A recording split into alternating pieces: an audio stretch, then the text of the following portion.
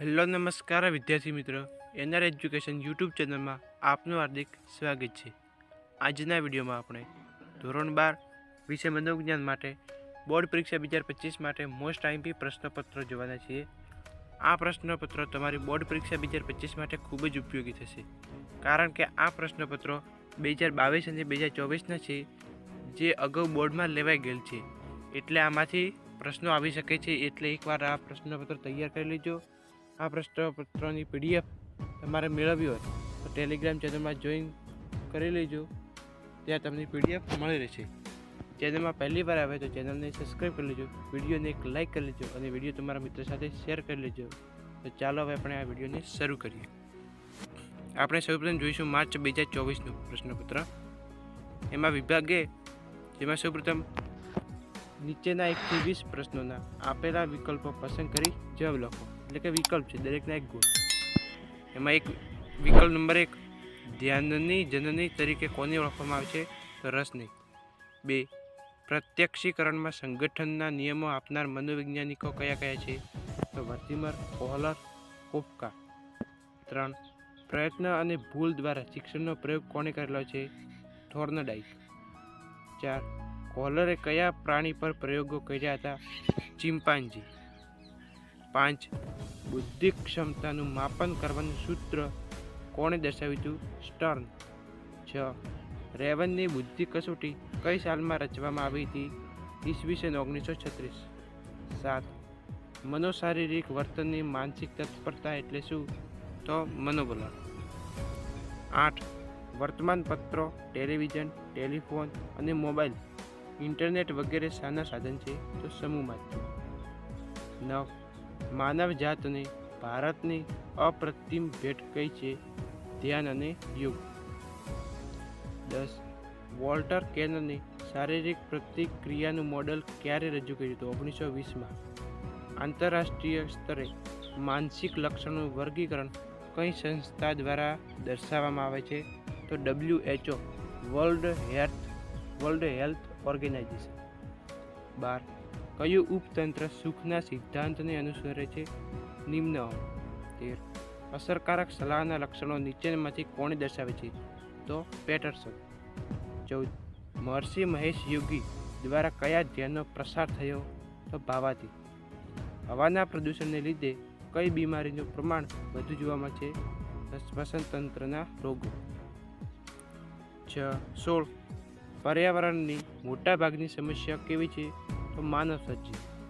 17, 2 અથવા 2 થી વધુ વ્યક્તિઓ વચ્ચેની મોટા મોટની વાતચીત એટલે મુલાકાત।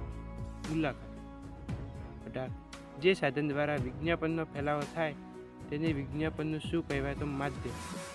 19, વિધાયક મનોવિજ્ઞાન એ લાંબો ઇતિહાસ અને ટૂંકો ભૂતકાળ ધરાવે છે એવું કોણે નોંધ્યું છે? તો પીટરસન। 20, બિનશાબ્દિક સંકેતોને પારખવામાં કોણ વધુ કુશળ જોવા મળે છે? સ્ત્રીઓ। ત્યાર પછી વિભાગ બી, એમાં એક વાક્યમાં પ્રશ્નો છે, એ તમે અહીં જોઈ શકો છો। આ પ્રશ્નો તૈયાર કરી લેજો।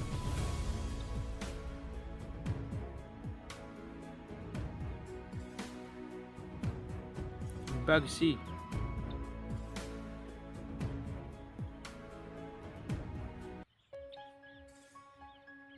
વિભાગ ડી, ત્યાર પછી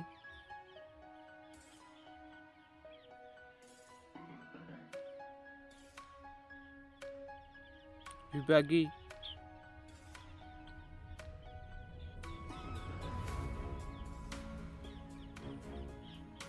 વિભાગીમાં પ્રશ્ન 59 થી 64 સુધીના પ્રશ્નો છે, એ તમારે ટોટલ તૈયાર કરી લેવાના। એમાંથી બોર્ડની પરીક્ષા 2025માં પ્રશ્ન હશે ને હશે, એ ગેરંટી સાથે કહું છું। ત્યાર પછી આપણે જોઈશું 2022નું પ્રશ્નપત્ર, માર્ચ 2022। એમાં સૌપ્રથમ વિભાગ એ, એમાં પણ વિકલ્પ, પહેલો વિકલ્પ, કયા મનોવૈજ્ઞાનિકે ગંધના 6 પ્રકાર આપે છે? તો હેનિંગ। 2, ત્વચા દ્વારા કેટલા પ્રકારના સંવેદનોનો અનુભવ થાય છે? 4, થોર્નડાઈકે બિલાડી પરના પ્રયોગોમાં બિલાડીને કેટલા પ્રયત્ને શિક્ષણ મળ્યું હતું? 24. કોહલરે કયા પ્રાણી પર પ્રયોગો કર્યા હતા? ચિમ્પાન્જી. 5. કેટલી બુદ્ધિ ક્ષમતા ધરાવનાર વ્યક્તિનો સમાવેશ સામાન્ય કક્ષામાં થાય છે? 90 થી 109. રેવનની બુદ્ધિ કસોટી કઈ સાલમાં રચવામાં આવી? ઈસવીસન 1936. મનોવરણ જન્મજાત નહીં પરંતુ કેવા હોય છે? તો સંપાદિત. માનવીના મનમાં રૂઢ થયેલા ખોટા ખ્યાલોને શું કહે છે? મનોવલણ. 9. માનવ જાતને ભારતની અપ્રતિમ ભેટ કઈ છે? ધ્યાન અને યોગ. 10. વોલ્ટર કેનને શારીરિક પ્રતિક્રિયાનું મોડેલ ક્યારે રજૂ કર્યું? 1920માં. હિમશિલાનું ઉદાહરણ કયા ખ્યાલ સાથે સંબંધિત છે? તો ચેતન અને અચેતનમાં. 12. અજ્ઞાત કે અભાનપણે અહમને ટકાવી રાખવાની પ્રયુક્તિને શું કહે છે? બચાવ પ્રયુક્તિ. 13. અસરકારક સલાહના લક્ષણો નીચેનામાંથી કોણે દર્શાવે છે? પેટરસન. 14. મહર્ષિ મહેશ યોગી દ્વારા કયા ધ્યાનનો પ્રસાર થયો છે? ભાવાથી. હવાના પ્રદૂષણને લીધે કઈ બીમારીનું પ્રમાણ વધુ જોવા મળે છે? શ્વસન તંત્રના રોગો. 16. રેફ્રિજરેટરમાં કયા વાયુનો ઉપયોગ થાય છે? ક્લોરોફ્લુરોકાર્બન અથવા CFC. 17.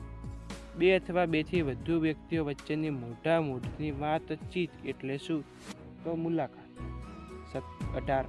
ઈચ્છિત પ્રવૃત્તિને પ્રબળ કરે તેને શું કહેવાય? તો પ્રબલન. 19. વિધાયક મનોવિજ્ઞાનને લાંબો ઇતિહાસ અને ટૂંકો ભૂતકાળ ધરાવે છે એવું કોણે નીધ્યું છે? પીટરસન. 20. બિન શાબ્દિક સંકેતોને પારખવામાં કોણ વધુ કુશળ જોવા મળે છે? સ્ત્રીઓ. ત્યાર પછી વિભાગ B એમાં 21. કડવો સ્વાદ જીભના કયા ભાગથી પારખી શકાય? તો જીભના મૂળ એટલે કે પાછળના ભાગથી. કોહલરે ચિમ્પાન્જી પર આંતરસૂચના પ્રયોગો કયા ટાપુ પર કરેલા? તો એ તમારે કોમેન્ટ કરવાનું છે. આ પ્રશ્નનો જવાબ તમારે કોમેન્ટ કરવાનો છે. ત્યાર પછી અહીં તમે બધા જ જોઈ શકો છો પ્રશ્ન. વિભાગ C.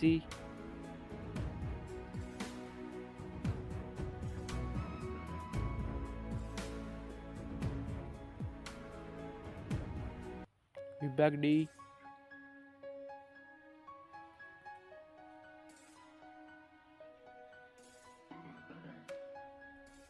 ત્યાર પછી વિભાગ E. વિભાગ E માં પ્રશ્નો 59 થી 64 સુધીના પ્રશ્નો તમે તૈયાર કરી લેજો. આમાંથી પ્રશ્ન બોર્ડ પરીક્ષા 2025માં હશે ને હશે, હું ગેરંટી સાથે કહું છું. ફાઇનલ તૈયાર કરી લેજો.